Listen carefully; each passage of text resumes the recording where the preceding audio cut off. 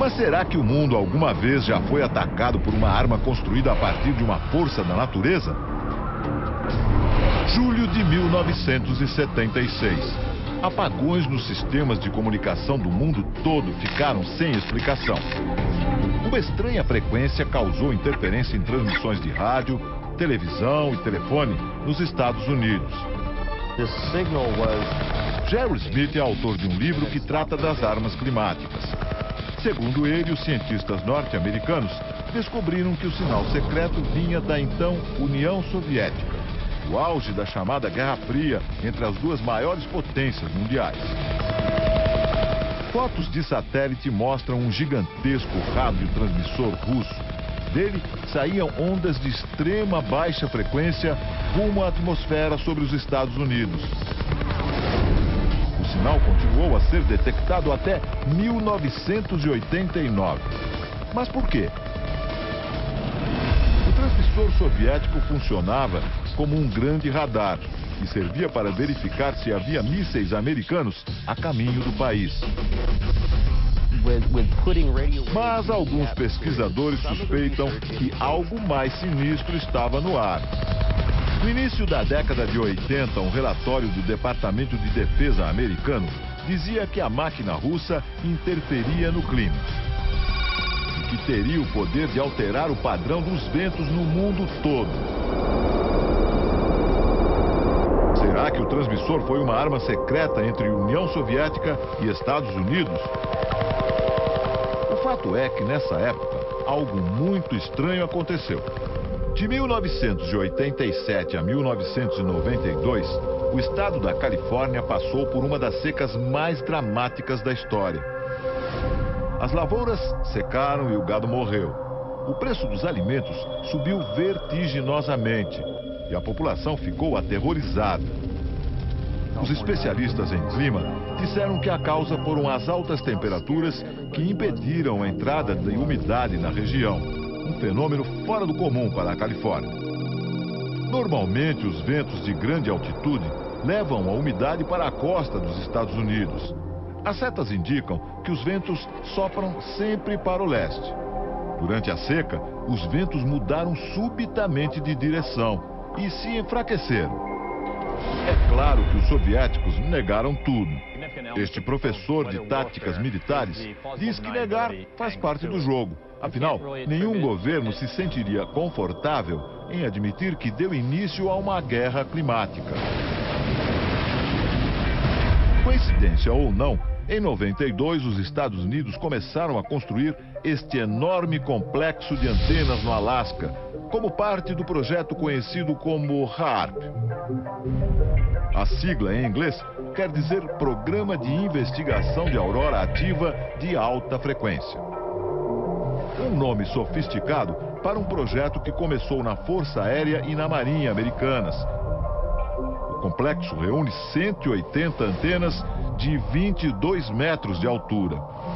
Juntas, elas podem apontar para qualquer alvo no céu e emitir milhões de watts de baixíssima frequência, formando uma trilha na atmosfera. Este militar americano diz que o projeto HAARP é usado apenas para fins de defesa.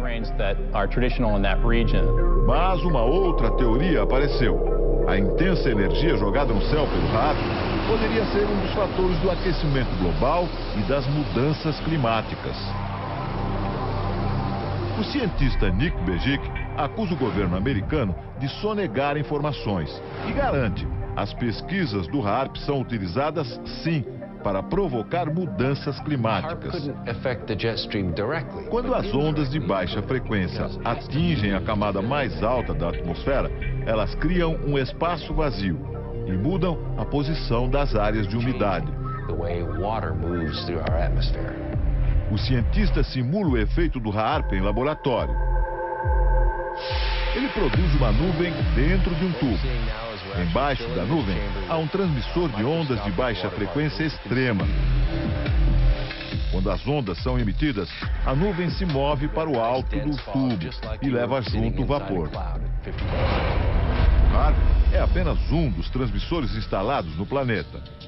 Há outros 20 centros de pesquisa semelhantes que funcionam em lugares secretos. Para alguns cientistas, estes transmissores são capazes de alterar o clima em qualquer lugar do mundo. Mudam a direção dos ventos e provocam grandes tempestades ou secas. Até mesmo os furacões poderiam ser provocados. Não há como garantir totalmente que esses equipamentos são usados como arma climática. No entanto, alguns fatos levantam ainda mais suspeitas. Em dezembro de 2001, cientistas da NASA, a Agência Espacial Americana, fizeram uma descoberta. Eles concluíram que vários terremotos aconteceram depois de mudanças climáticas radicais. Será que o HAARP tem alguma ligação com as duas coisas? It was in the spring of 1987 we arrived. O Dr. Brooks pesquisa terremotos.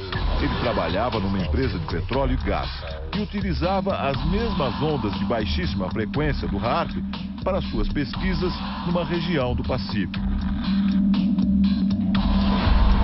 Sem querer, ele provocou um terremoto de cerca de 4,5 graus na escala Richter. O cientista mostra como o terremoto aconteceu nessa maquete do local. Um alto-falante produz sons muito graves e faz o solo tremer. Uma rocha que está no alto da coluna se desloca e acontece o terremoto.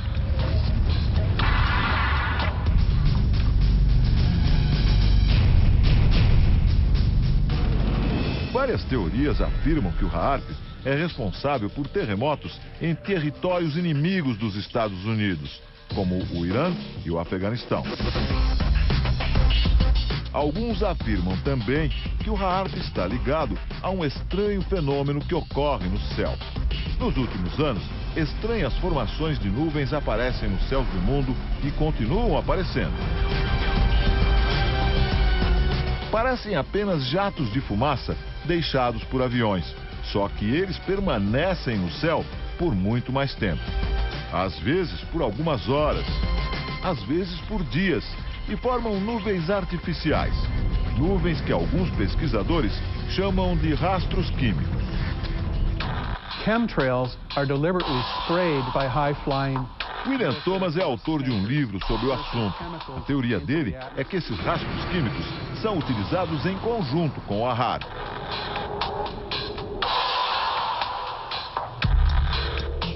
Segundo ele, os rastros químicos secam o ar. E o resultado de uma atmosfera sem umidade é o surgimento de secas. Agora imagine os efeitos disso no campo de batalha, causando longas secas em países inimigos, acabando com os recursos e forçando uma rendição. Na guerra climática, fazer o inverso também é possível. Chuvas devastadoras podem varrer cidades inteiras do mapa. O escritor Jerry Smith diz que os militares fazem pesquisas climáticas desde a metade do século passado. Em agosto de 1952, a pequena cidade inglesa de Lynmouth sofreu uma grande enchente. Em apenas um dia, choveu 250 vezes mais do que o normal.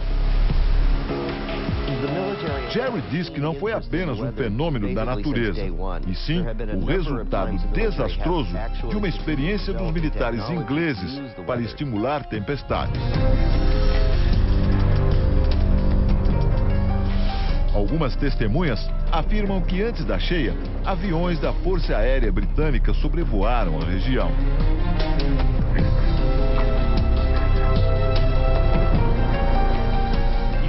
Nick Pope afirma que há relatos de que os aviões faziam manobras estranhas e lançavam produtos químicos no ar, e que muitos documentos dessa operação desapareceram dos arquivos.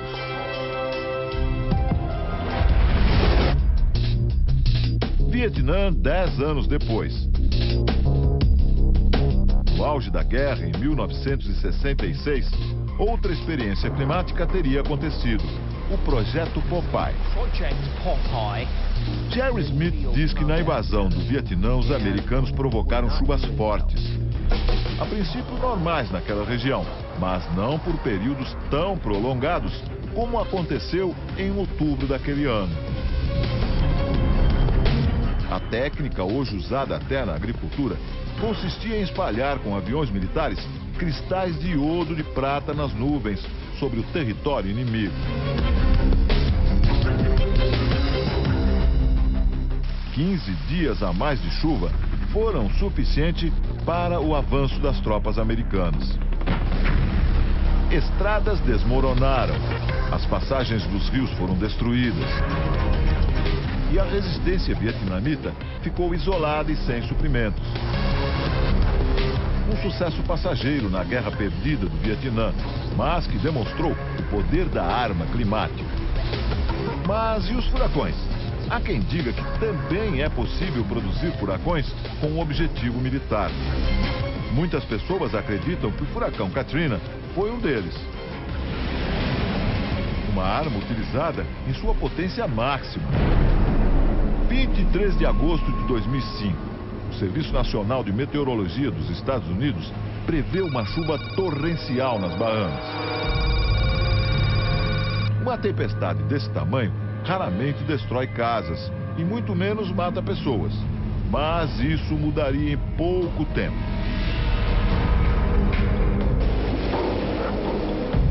O furacão Katrina se tornou um dos maiores desastres na história dos Estados Unidos.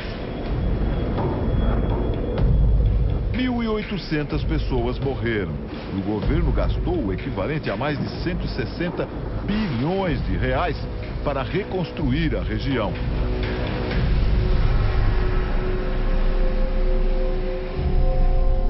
Uma das teorias é que o furacão foi provocado por experiências climáticas russas e chinesas.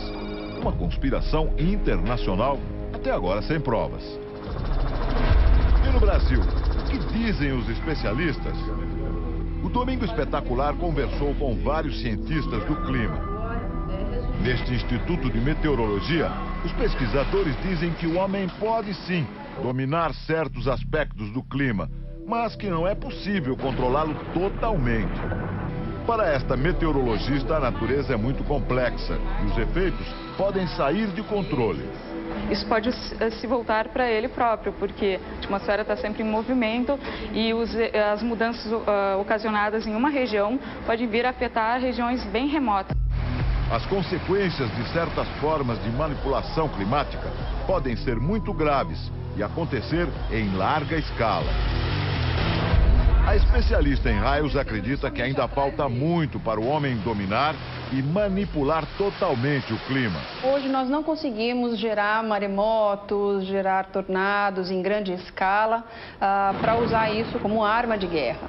Hoje isso é uma teoria da conspiração e é uma ficção. O professor explica que o homem até pode conseguir usar o clima como arma de guerra, mas há outros fatores a serem considerados. É válido você investir dinheiro, talento científico para esse tipo de objetivo, quando você poderia estar usando o dinheiro e o talento científico para outras questões muito mais importantes e relevantes para toda a humanidade, né?